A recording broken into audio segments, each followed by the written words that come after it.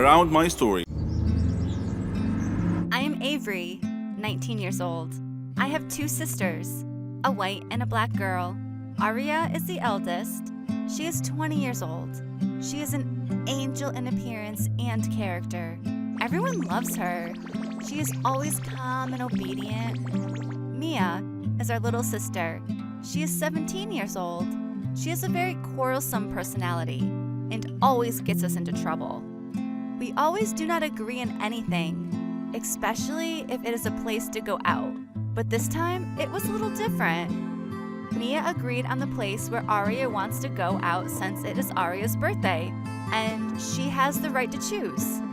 But of course, it was on the condition that Mia had the right to invite her friends. The day was very nice in the beginning, until Aaron, Aria's boyfriend, arrived. It was the first time that Mia and I saw him. He was young, handsome, and very polite. And although he was the type that Mia did not like, and she was in a relationship with a young man named Aiden, she liked Aaron very much. Aria realized that Mia was trying to get close to Aaron, and she tried to warn her, but Mia didn't care and went on.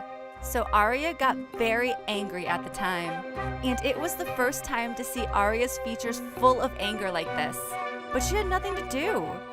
The party and the day ended. Aria decided to leave because Mia took over the place, and Aaron, in order to try to compensate Aria for this birthday, I booked a camping trip with a group of my university friends. Aria refused at first, but was convinced after a while. The strange thing is that when we arrived at the camping site, we found Mia standing with Aaron and they were laughing. I tried to behave at the time and asked Mia to come with me so we could talk, and I told her that she shouldn't act with Aaron in this way because Aria loves him and she spoils the relationship, but she didn't like my words and left me and walked and went to Aaron while he was helping Aria to set up her tent. Of course, Aria got very angry, but at the same time, she didn't know what to do. She was talking on the phone, and after a while, I didn't find her. I looked for her a lot, but it was useless. I called her, but her phone was switched off. I was like crazy. I didn't know what to do. And when I told Mia to look for her with me, she didn't care. Aaron started searching with me, but to no avail. She disappeared. And at that time, when I did not know what to do, a number called me, telling me that Aria was in the hospital. She had a major accident while returning to the road. She is unconscious. I took Mia and Aaron and went to the hospital. The strange thing is that Mia was not affected, nor did she even feel that she was the reason for what happened, as if she was happy. I was very upset with her. How insensitive was she? So I took all my anger on her, blaming her that she is the cause of all the problems that happens to us and that her presence among us has become a great burden for us. Mia kept silent until she reached the hospital. We went to see Aria, and then I didn't find Mia. Disappeared. I tried to find her. I tried to talk to all her friends, but to no avail. At that time, my father and my mother knew what had happened, and they arrived at the hospital and began to ask about my sisters. I didn't know what to tell them anymore. That my older sister is in a coma, or that my younger sister has disappeared. I broke down and kept crying. I felt guilty, and that the reason for all of this was me, who prepared the camping trip, and I was the one who got upset with Mia. I am the reason, and I don't know what to do. I wonder, do you think who is wrong? Me, or Mia, or Aria, who gave up her rights so much?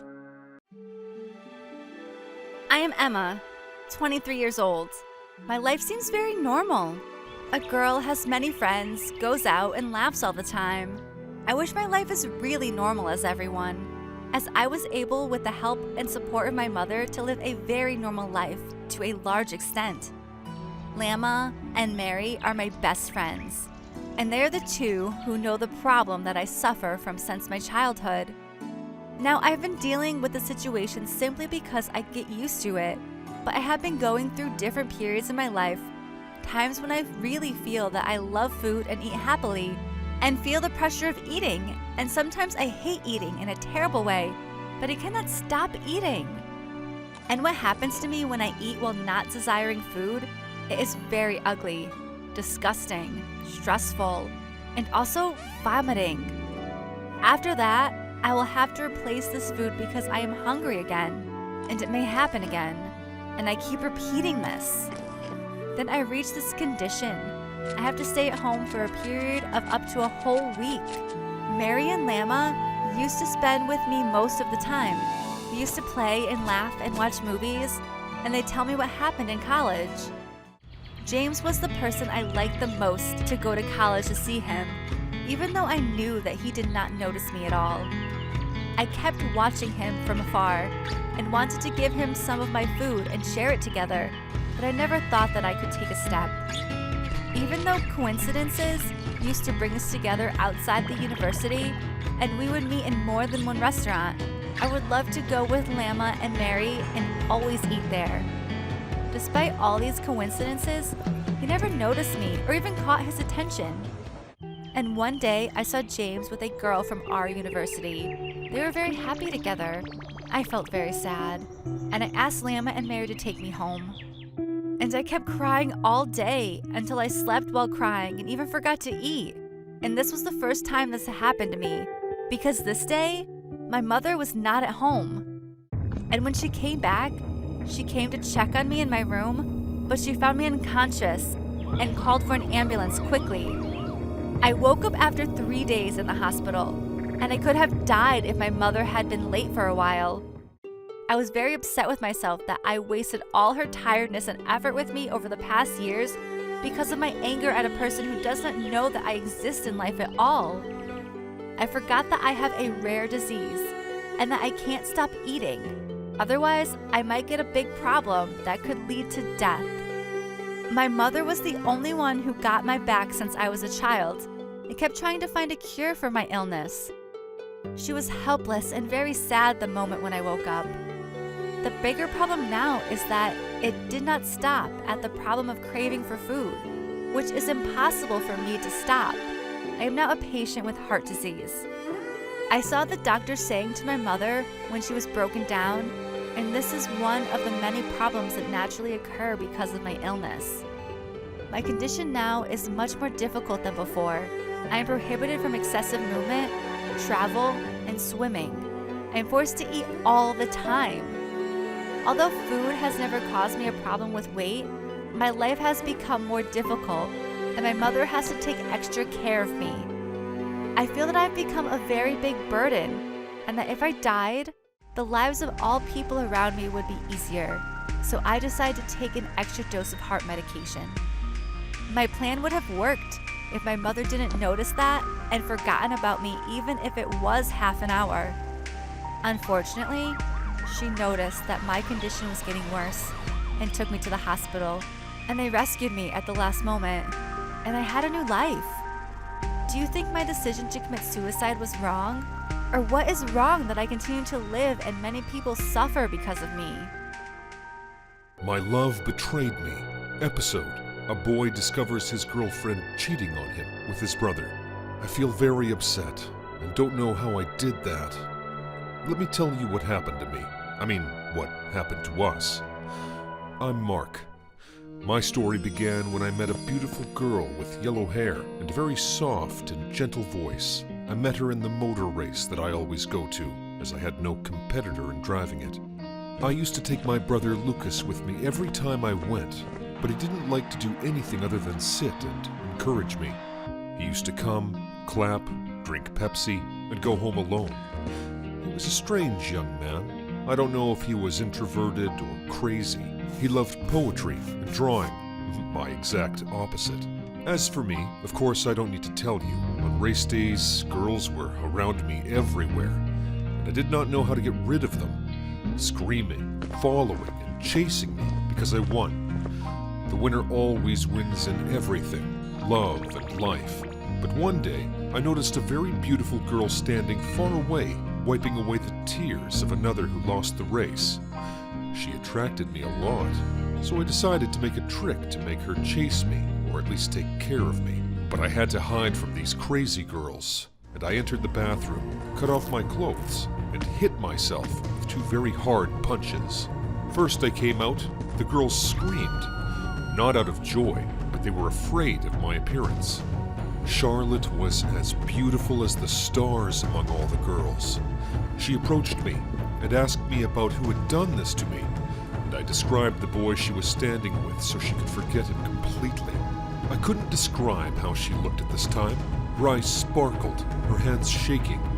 She turned around in the stadium, and she didn't find him in the crowd, as if he had disappeared. Her feeling of pity for him became for me, and I was able to hug her when I wrapped my arms around her as she helped me after I seemed to be dizzy. Then I was a pillion passenger in her motorcycle. We flew quickly, and when we got home, Lucas opened for us and freaked out, and he forgot the poor girl at the door. So I entered behind me, left my bag, and was about to leave. But I won't let her go, and I screamed, Lucas. And Lucas was disturbed and talking to me, but I didn't care, and was focusing on this beautiful girl who came back to me quickly as soon as I cried out of pain. Then Lucas noticed her and gave her juice and applied poultices to me. Since then, I and Charlotte became friends. Every day we hang out together, and I felt the tenderness and the kindness of her heart. I became much attached to her and loved her. She also kept bringing me presents, and we kept having dinner together, me, her, and Lucas. When we finish dinner, Lucas goes playing music and painting, and Charlotte and I enjoy watching a movie together. We had good times, couldn't be forgotten. But one evening, I went to the bathroom, and when I came back, I didn't find Charlotte. I looked for her in the whole house, and finally, I found her opening the door of Lucas's room, watching him. I approached her and said, "What's wrong, my dear? Are you bored? Let's go out tonight if you like." She nodded her head, and we spent the whole evening dancing, loving, and laughing. The next day was my birthday, and I wanted to know whether she remembers it or not. That day, Lucas was so busy. He had a lot of calls and messages, so I thought he fell in love. I entered his room, took his mobile, and found a video of Charlotte saying that she did not want to be with me because she loved him, and she will tell me that today, as her love for me has ended. I was shocked, felt dizzy, and I felt that there was something below. It was a brown leather wallet she brought him, like the one she brought me. I opened it and found their picture in it. So I decided to kill them both, and I made them a trap. I called her and asked her to come early at night because I invited my friends to my birthday, and I asked Lucas to celebrate with me. He agreed and started to prepare the cake himself. When she came, I opened the door for her. She entered, and it was dark in the house, as if a festive atmosphere. As soon as she entered, I called Lucas and asked them to wait for me to get the juice. Because they are the two I love the most, and the two who loved me the most. And they drank the juice after I put the poison in it. After 2 sips of it, they fainted, so I tied them together with a rope.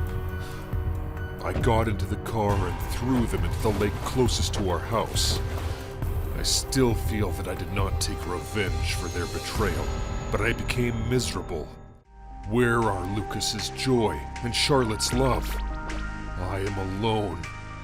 Can you tell me how to repent? I don't know what to do.